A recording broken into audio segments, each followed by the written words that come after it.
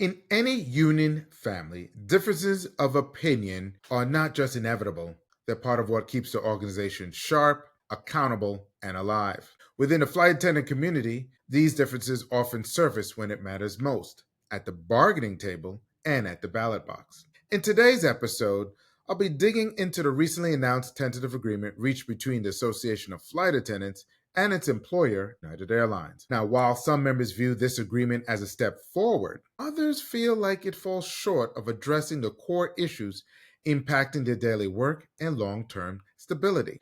You will hear from one of those voices today, an individual who loves his profession and his union, but isn't afraid to say he could do better. Today's guest is Mr. Stefan Marshall, a 31-year veteran flight attendant who began his career with then Continental Airlines in the year of 1994. Between the years of 1998 to 2001, he serves as the Health and Safety Chair within the IM structure, where he launched a health and safety newsletter for his peers. He is one to deeply engage in cross-union conversations.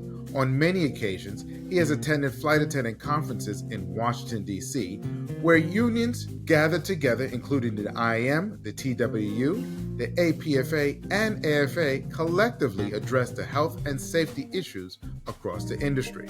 Today, Mr. Marshall remains actively involved with his local union, attending meetings, rallies, and staying informed on the industry and union matters. He maintains a close relationship with all union officials. His commitment to advocacy and safety, combined with his decades of frontline experience, offers a grounded perspective on the challenges and opportunities facing flight attendants and their unions today. After 31 years on the line and deep union involvement, Mr. Marshall joins the Shift Change series to share why some flight attendants are questioning the latest tentative agreement, and to remind us that this agreement doesn't mean a division or a need to replace the union. Sometimes voting no, it simply means you just want the union to do better. Ladies and gentlemen, welcome to another episode of Cuckoo for Politics. Let's get ready for some lively discussion while learning something together. So, out of curiosity, how many contracts have you been through? Contracts for Continental and an extension and the joint. So I guess three and an extension. Okay.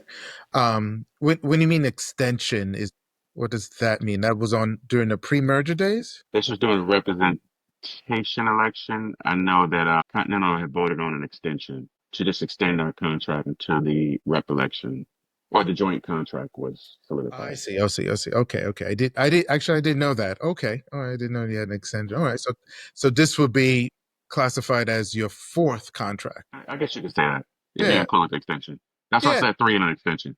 Okay. Okay. So obviously, like you said, you've been around, you've seen the highs and the lows, the changing of the corporation, the airline itself. Mhm. What would be the highlights of this particular TA that you're like, you know what, this is actually not bad. This is an improvement considering from the past three other cycles. You would have to ask me that.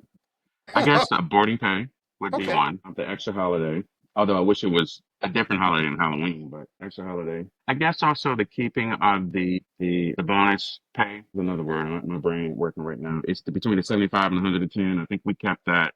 There's some things that we kept that adds on to what we're getting. Don't necessarily feel like we went backwards per se. But then I just do think we didn't go further enough, far enough.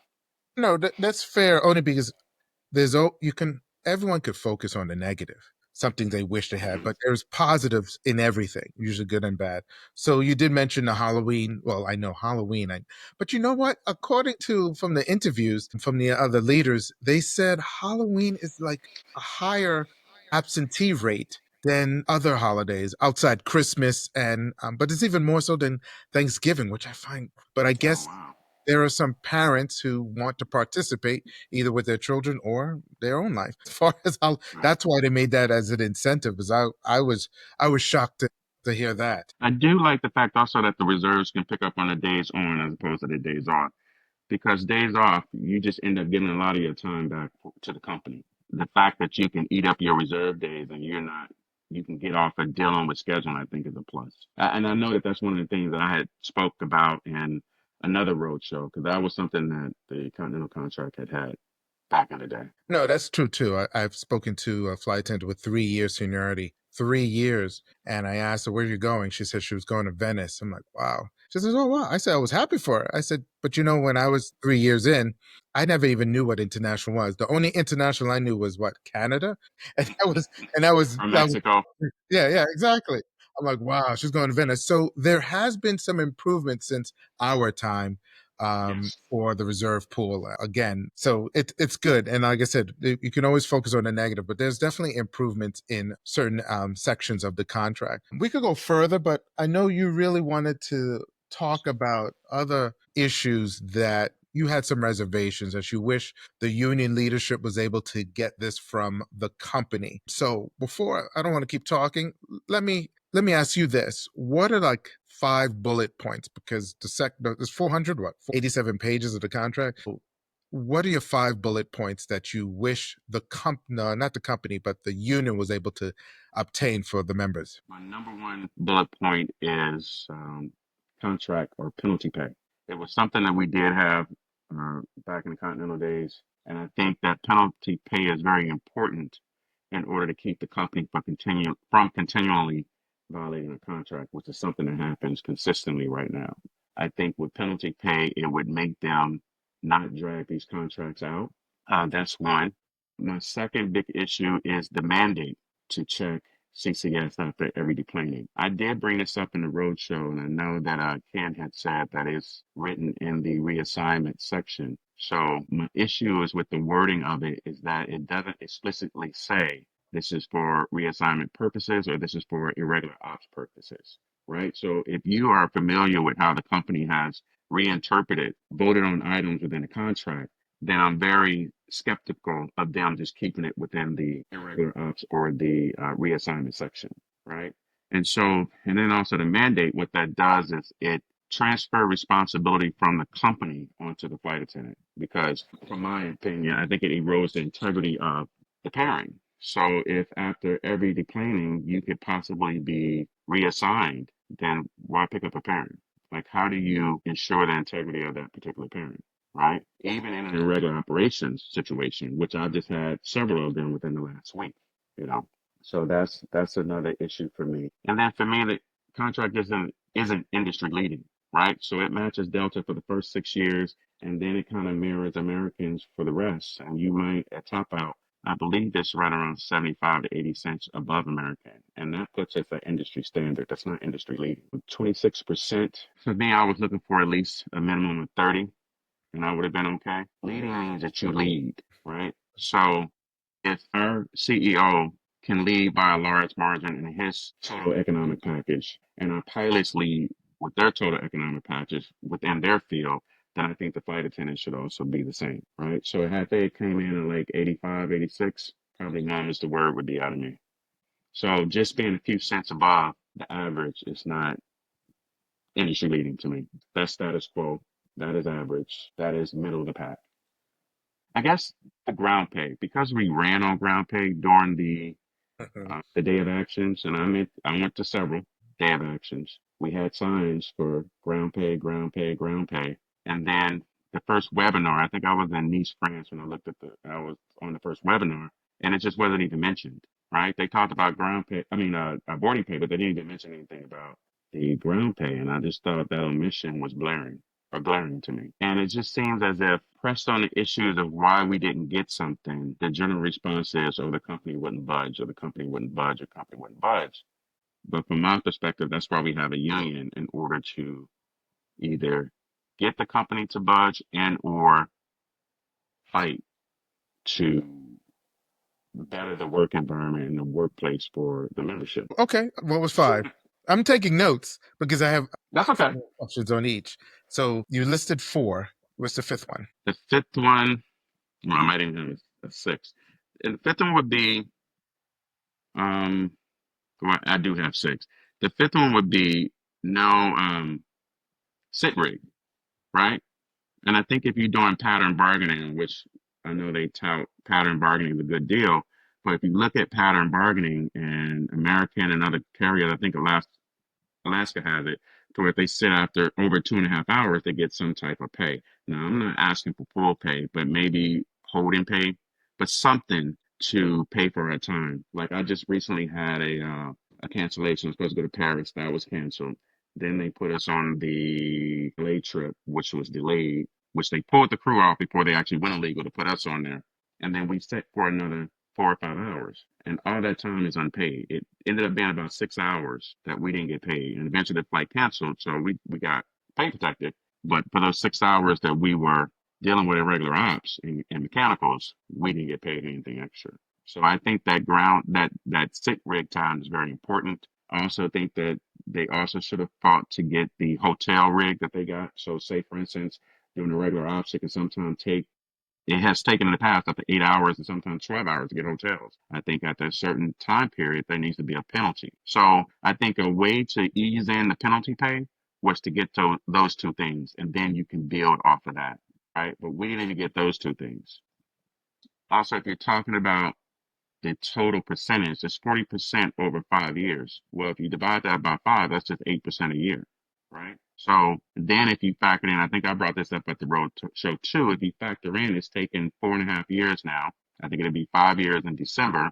Then the amount of money saved off of the company taking that line almost negates the 6 billion that they put up, because what they put up is what we should have done 4 years ago. So let me ask you, because you the penalty pay. You said on the Cal side they had it. How did that work? So I can remember talking to Ken about this during the representation election, but how it worked was, say for instance, the company violated your contract.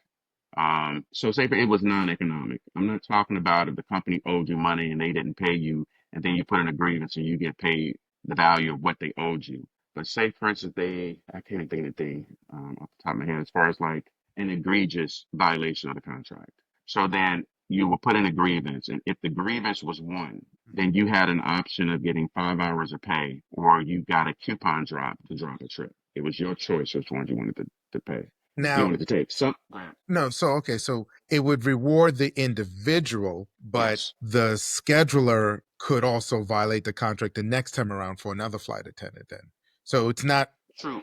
it was not preventive. It was just more like, okay, this individual caught us. Let's compensate that individual, but we'll continue to violate the contract if we can, if the next flight attendant doesn't know their work rules. Would that Well, be fair to say? no, no, no. It was preventative because it was a record of it, right? Oh, And then if that particular schedule kept doing it, then that looked bad reflected on that scheduler, and it was costing the company money.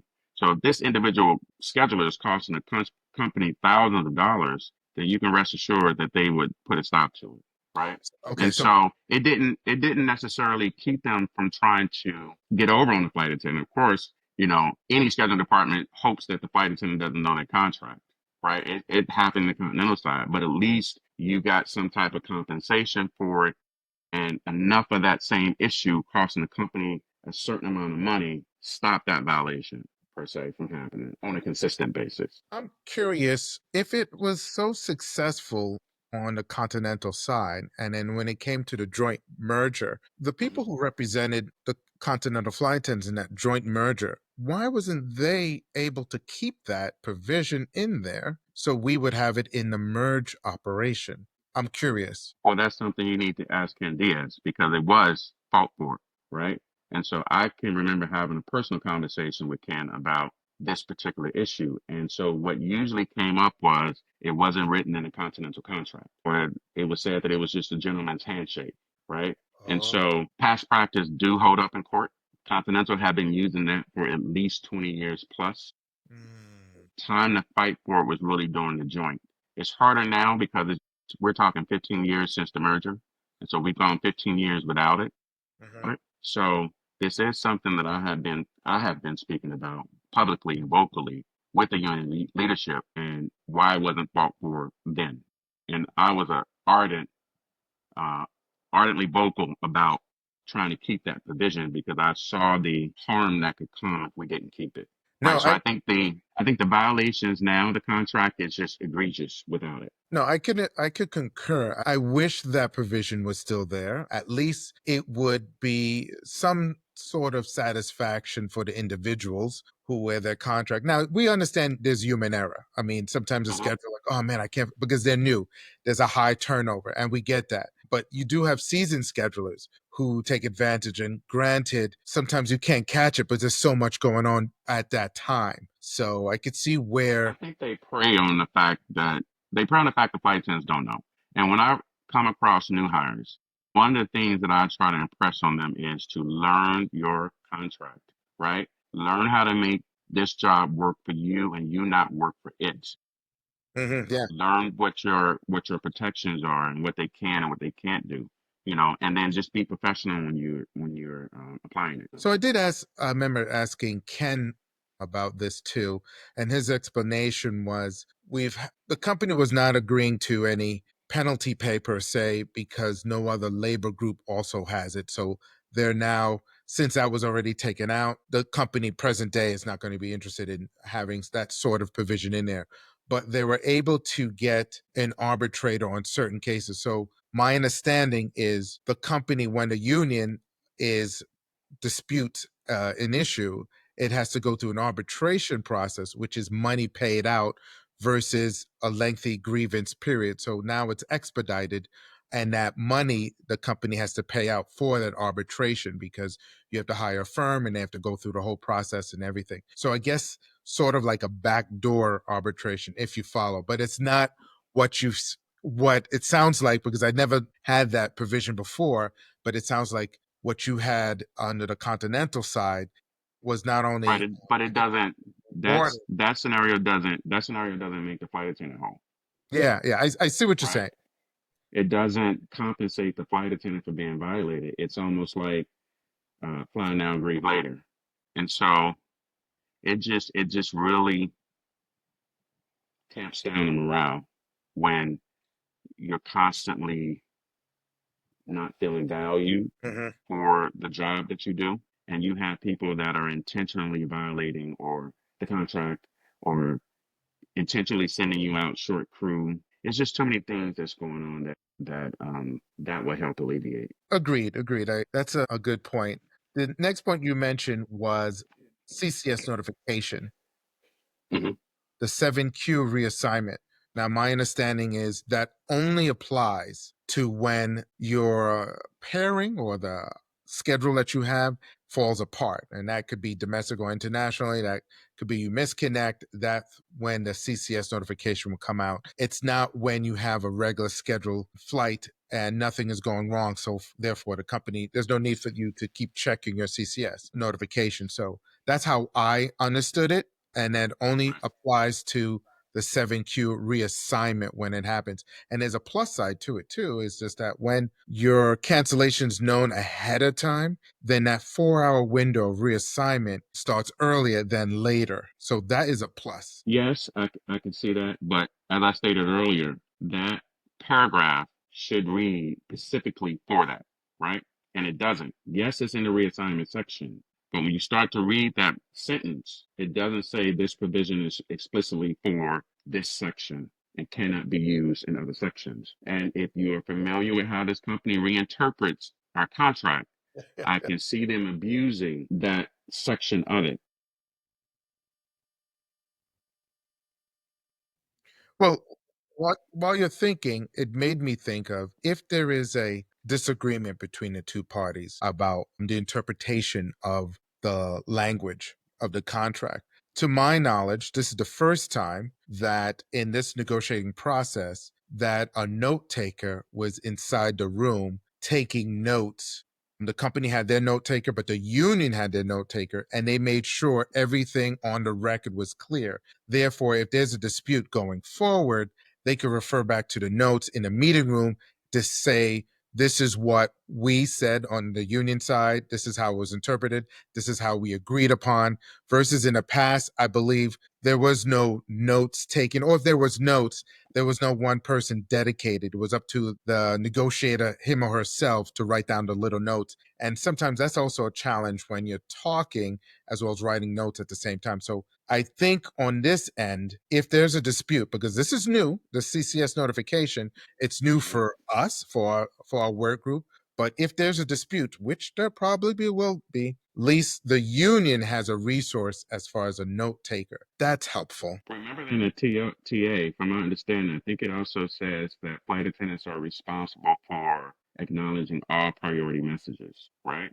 Yeah. And you're also responsible for those changes in your schedule, or you need to be reasonably Available. contactable in your layover. And Yes. so Yeah. I had a situation happen recently to where a flip trip. Hmm. It was just supposed to be a Fort Lauderdale turn, was turned into a 2 day. We were supposed to deadhead the next morning.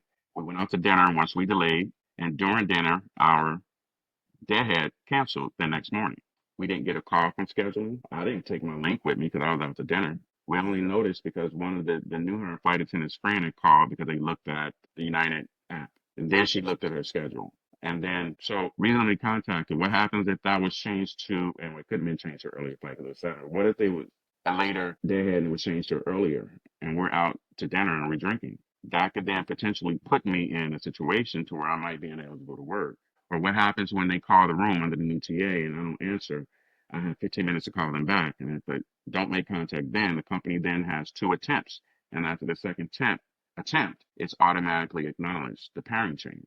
But once again, what if you're out and you miss all that, right? So then that makes the flight attendant wholly responsible for that change. And so I can just see the danger in that. I just think that there needed to be some better protections for the flight crew on the layovers and not have these changes be automatically acknowledged. I think there still should have been a positive check-in with the flight attendant. So that's why I said you Hmm. have to be careful of new technology to where it does not harm the membership. And I can see the harm coming with those provisions.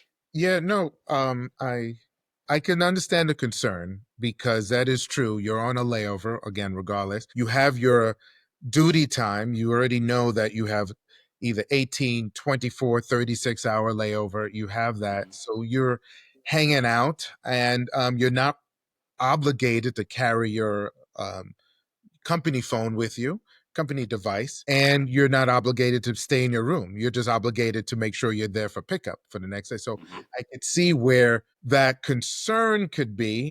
I have not had that in the past where I've just had notifications where it was delayed about a day. But I could see where you're coming from. And I don't know if that language could be tightened up in regards to because I hear that reasonableness. What does that mean? That just goes to show we have little faith in our scheduling department because like, hey, I tried to call them. I'm like, yeah, but I was out with friends. I don't have to be. I know my pickup is at 5:20, not 4:20 and stuff like that. Right. Yeah, I get that. I get that. But there Uh, have been times it has been shortened, but it has been lengthened as mhm. well. And then also I think with the automatic notifications, that changes your duty day, right? So as it is now, if they don't contact me and I show up to the airport at my assigned duty time, and then if they happen to change it without contacting me, my duty day has already started. But if those automatic, and this is what I was trying to think of earlier, if those automatic notifications comes through and then you're now responsible for those, then you're responsible for that change. And so if they tell you that you now leaving the airport an hour or two later, that lengthens your duty day, right? So then they can use you longer. So those type of things are No, I mean, what I'm afraid of. if your duty day started and you did not know it was earlier, it still starts at where it began. I don't think they could say, okay, well, you failed to acknowledge it, but nevertheless, we could extend your duty day 2 more hours. I don't think No, that. but if your schedule changes, now you're responsible. What if I never even I didn't get in contact with them? I'm now automatically responsible for that schedule change, right? And so if it says if you don't leave the hotel at the original scheduled time and it's pushed back, and that's why I try to tell flight attendants don't necessarily call them, right? Until you know for sure. Because the moment you change your van pickup time, that also changes your duty day, your report time to the airport. When that changes, your duty day changes. And Hmm. that could extend your day longer based on the amount of time that it changes on that front end. So if that notification comes through and you miss it and you're automatically responsible because you've missed all of them, you are now responsible for that, whether you know it or not. Now you might not catch it until you wake up, but you're not responsible for it. That's what my concern is. Yeah, I was trying to see if I could find a illustration that they made notification. Now, Um, I could be wrong. I hope I'm wrong, but I just think we have to look at all scenarios. Have to. and I can't, you know, it's funny because when you need something, it's not right there, right in front of you. Right. You can't find it. I can't find it, but there is some. If I get some clarity on it, I'll circle back to it. Something else you also mentioned, you believe the it is not industry leading with the comparison. So the union toots this is industry leading, not just an hourly rate. It they argue to the fact that the whole contract itself is worth as a whole. billions of Yes. dollars as a whole. And that you do have to take that into consideration. Work rules, everything has a price point. But you said this could last until 6 years and then going forward. But in this particular No, this has the potential to last for about 8 or 9 years, given the track record. given the track record, correct. Mind you, we're our last contract was 5 years. We're already 4.5 years past that. This is Yeah. now 9 years. The drawback is the laws that we have under the RLA. Yes, and I agree with that. Which makes it very difficult for unions to move forward because of the company could extend that time and there's no incentive that they have to do it in a short period of time.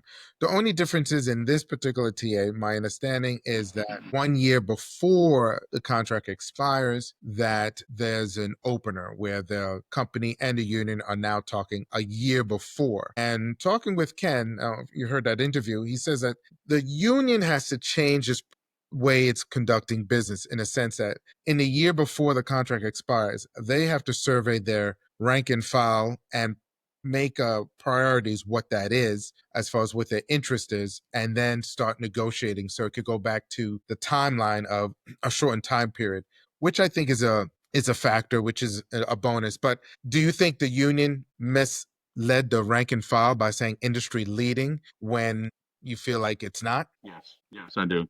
When you start using words like historic, I don't think that this is historic at all, and it's industry average. Also, I think the 5 years is too long.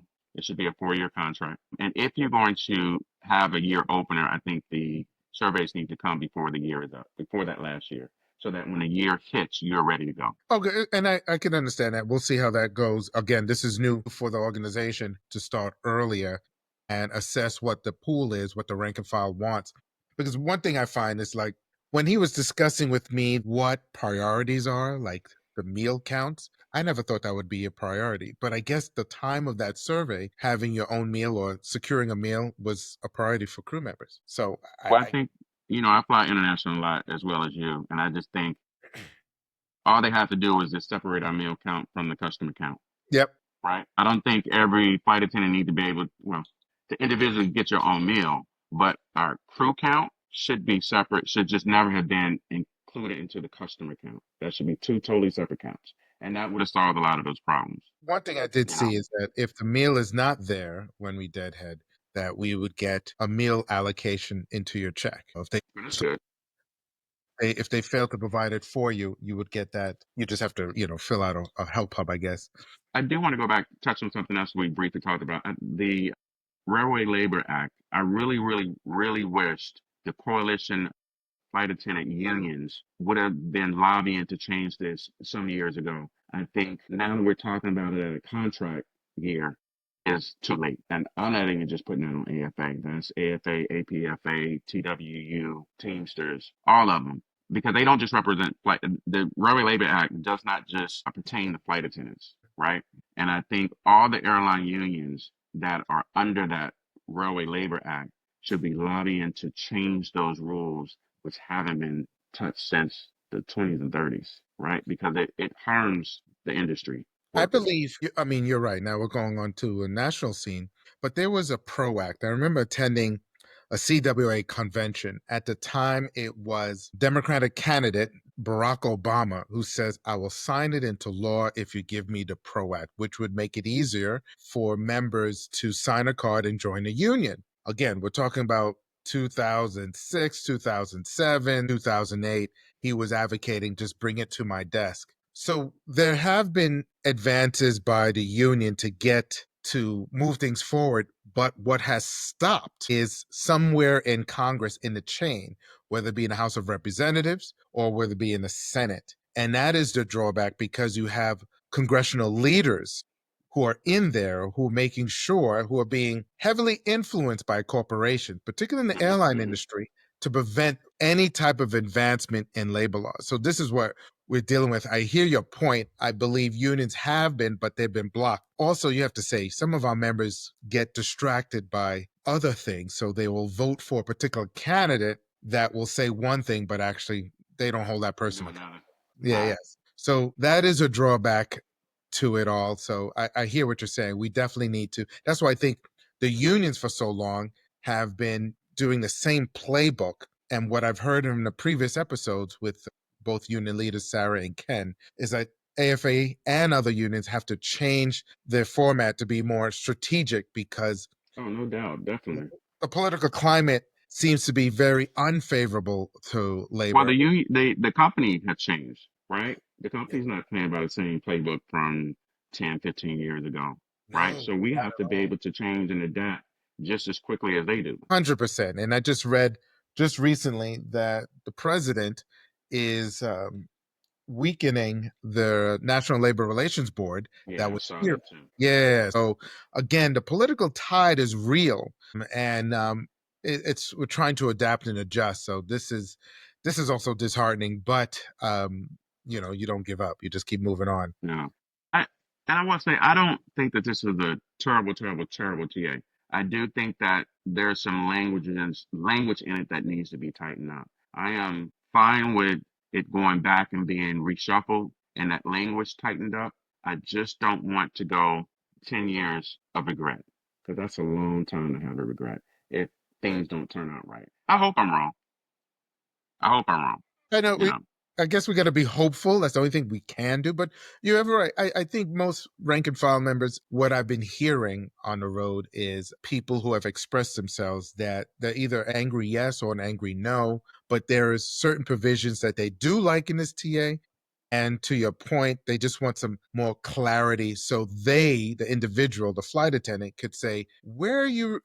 You're signing me this reassignment based on what? Because based on A through Z, you shouldn't be able to do that. And I think that's what they were looking for, some clarity. Well, I think if we are held accountable by this contract, so should the company. And it just feels like the flight attendants are held to a higher standard of accountability than what the company is, and that it shouldn't be.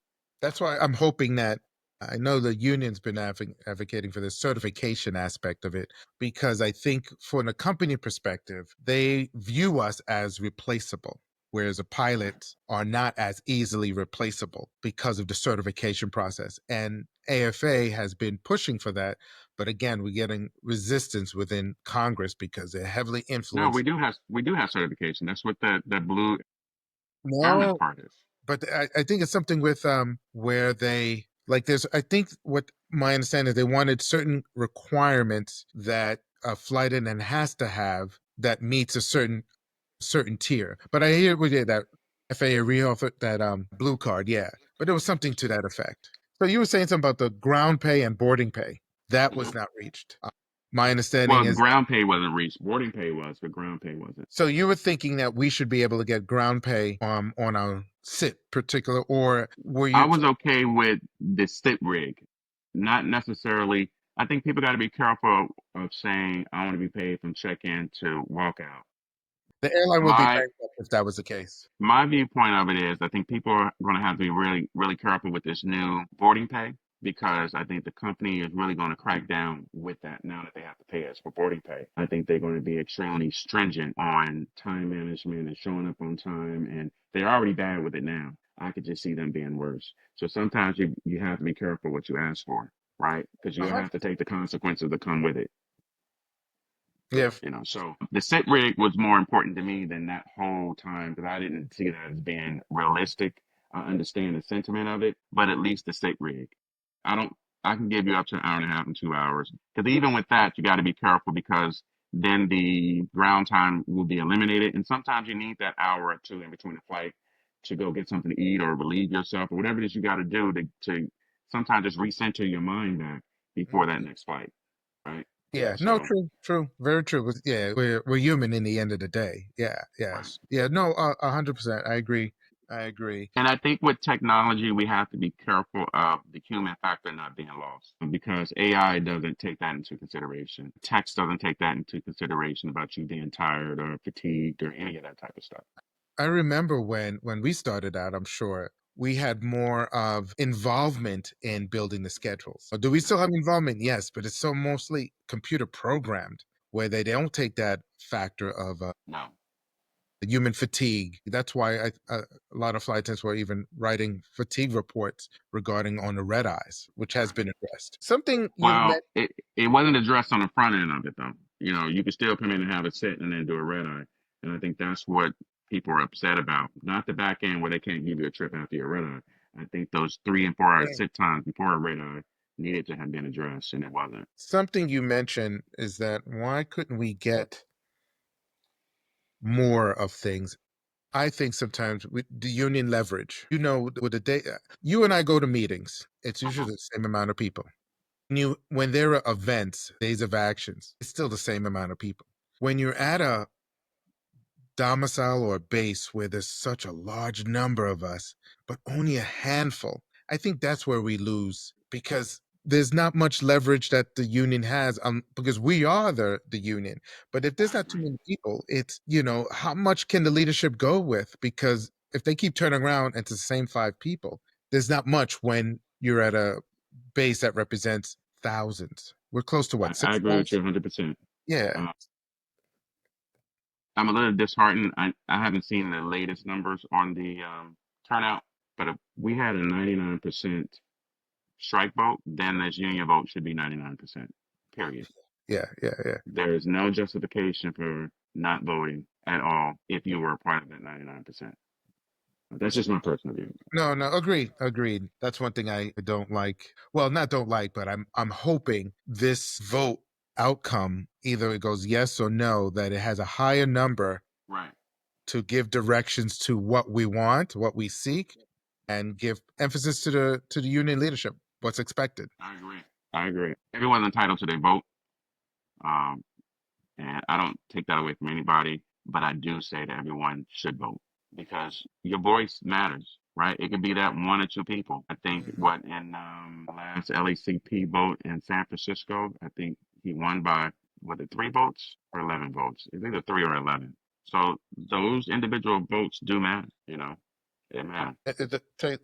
Definitely does, definitely does. I think, did we cover everything that you wanted to hit on? Well, I know that I have been panning out to be anti-AFA, and I just No. want to say for the record, not you, not you. Trust me, I've heard Okay. it online. I am not by any means, shape, form anti-AFA. I am critical of AFA. Those are two totally different things, Very much right? so. I think there is more than one way to be involved than being on the committee because everybody can't be on the committee. But a good way to be involved is to stay informed and to hold your leadership accountable, right? There's no it's your democratic right to ask questions and to challenge, right? I try to be respectful as much as possible. Everything can be done professionally, but staying involved and holding accountable is being involved. Do you think sometimes the anger of the rank and file is misdirected in the sense that we talked about the rail RLA, we talked about the Hmm. corporate climate, all these things that we're fighting for? You would think it'd be simple, but I get there's a level of frustration at the union leadership. I get that, the organization, because sometimes it's structural things. Something's like, oh, why can't we move so fast or so slow?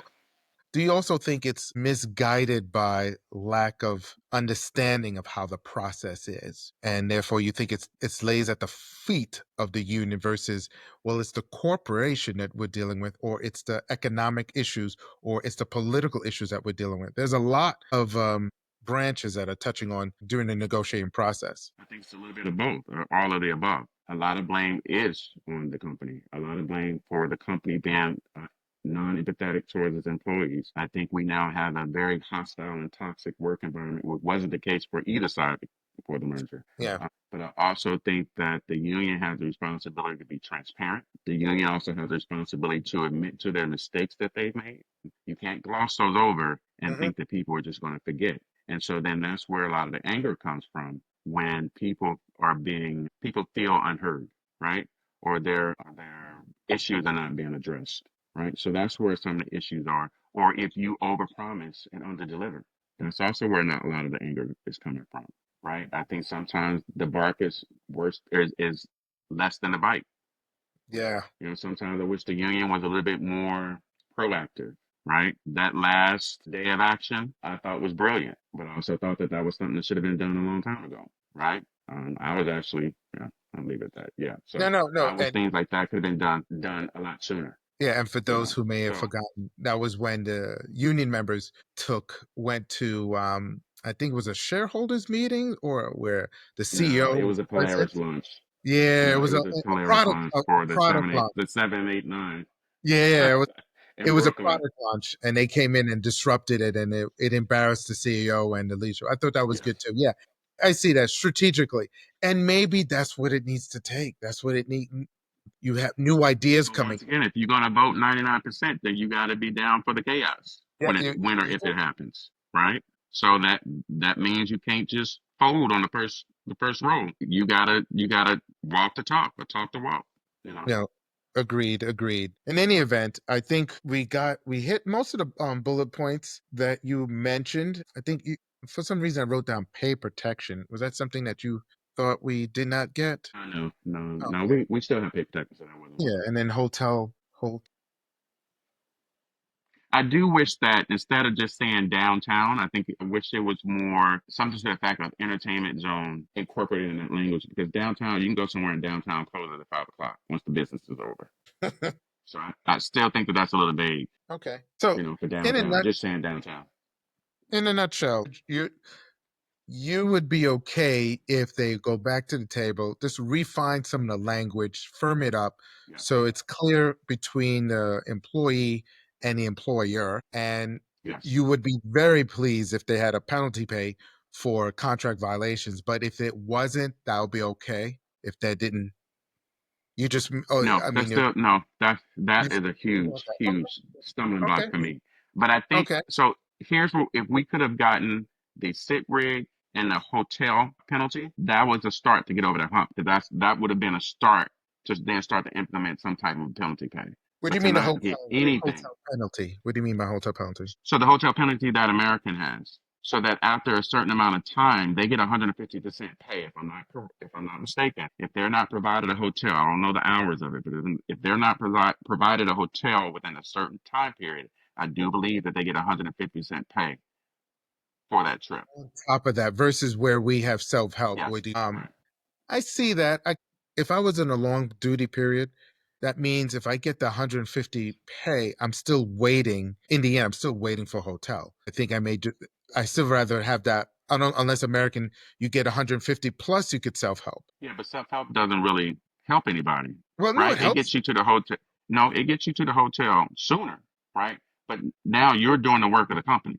It is the Agree. company's responsibility to get you to your hotel in a timely fashion and to provide transportation, right? Because every flight attendant is not in a position to whip out a credit card and pay for an Uber or pay for a hotel. I agree. I agree. I think the self help provision, it doesn't happen on a daily basis, but when it happens, I know for myself, I've been able to self help. I try to get the company involved, but they can't because in one situation, the hotel was wanting us, the crew members, to wait 4 hours because they oversold. I'm like, oh, I'm not doing that. And I Right. notified the company. The company was like, what do you mean? And I heard the argument. I'm like, while they were arguing, I went to an established property, and it was last minute $800. I got my money back. Yeah, but you gotta have the $800 up front to I get to the know, hotel, but it was right? it. You're And right. so It does, in the but it last doesn't four have to to five happen. years, self-help has become too prevalent because the company has not held up their end of the bargain contractually of getting these hotels in a timely fashion, And then right? And so part of it, they needed to be a time stamp on how long it takes them, and that's not there. and I think in certain cases too, the self help has helped to get the company more involved in trying to rectify or resolve the issue at various cities. That when flight attendants are using the self help and that check is coming in for that reimbursement, they're quick to respond in order to resolve that issue more in a timely fashion. So it has helped. Mhm. But I mean, I see what you're saying. I think I'm glad that we do have the self help because for me, I have to, So I'm glad that the option is there. yeah. It's just not an option that I think needs to become the norm. Yeah. It should stay an option. It's just an option. And I think the company needs to hire more people to deal with the Oh hotel stuff. yes, yes. Because I I think think the short staffing all the they way short around stuff. is a safety issue. All the way Yeah, around, whether all it's the way flight around. attendants, pilots, or crew scheduling. I think it's even safety issues with the cleaners and the caterers. Yeah, yeah, all around. The corporate business model is constantly changing where they're enhancing Yes, service and and not. that's with everybody. Yeah, Yeah, that's with everybody. yeah. Well, Mr. Marshall, I cannot thank you enough just for coming up, just showing, just presenting yourself. I think Michael, it's how do you pronounce your last name? Because I wanted to call you by your last name earlier, but I didn't want to butcher it. my last name, Zie. DeRosier. All right, Mr. DeRosier. Thank you Yeah, so what's much up? for having me. Yeah, no, no worries, my friend. Rosier. That's why I go by Mr. D sometimes. I'm like, yeah, that's it. Okay. Cool. But in this case, I'm just cuckoo. For politics, That's right. I will That's say right. Cocoa Pops, but for politics. I will keep the invitation open to you for political matters, union matters. I think I'm glad you're on the show because I tell you, I have so much respect for you, and you could definitely articulate the words to anybody to let them know, how you feel. So again, thank you for your So time. I just want to say this in closing. I would love to be wrong on everything that I said. Okay, And I hope that the flight attendants can get the best of the best because I think we deserve it. I think we're owed it, very quite much. frankly. So I'll leave it at that. All right, ladies and gentlemen, thank you again. Stay tuned for my closing thoughts. Thank you, my brother.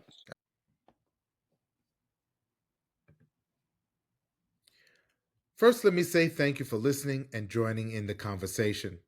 There were so many other topics my guests, and myself for that matter, wanted to address today. I even plan to include another guest who intended to share why they are voting no on this tentative agreement. However, due to unforeseen scheduling issues, they couldn't join us in this recording. Nevertheless, I want to extend a deep appreciation for Mr. Marshall for being here and giving a voice to those who have reservations about the TA, hoping that if needed, the union can achieve more in a second round. Now, as we've heard, it's natural for members to view a tentative agreement through different lenses, shaped by personal priorities, frustrations, and hopes for the future. These conversations can feel uncomfortable, but they are necessary, as that's what keeps a union strong. Disagreement within a union isn't a weakness, it's a sign of engagement. But the path forward, no matter where each of us stands, requires solidarity and participation. It means showing up to vote, attending meetings, rallies, asking questions, holding leadership accountable.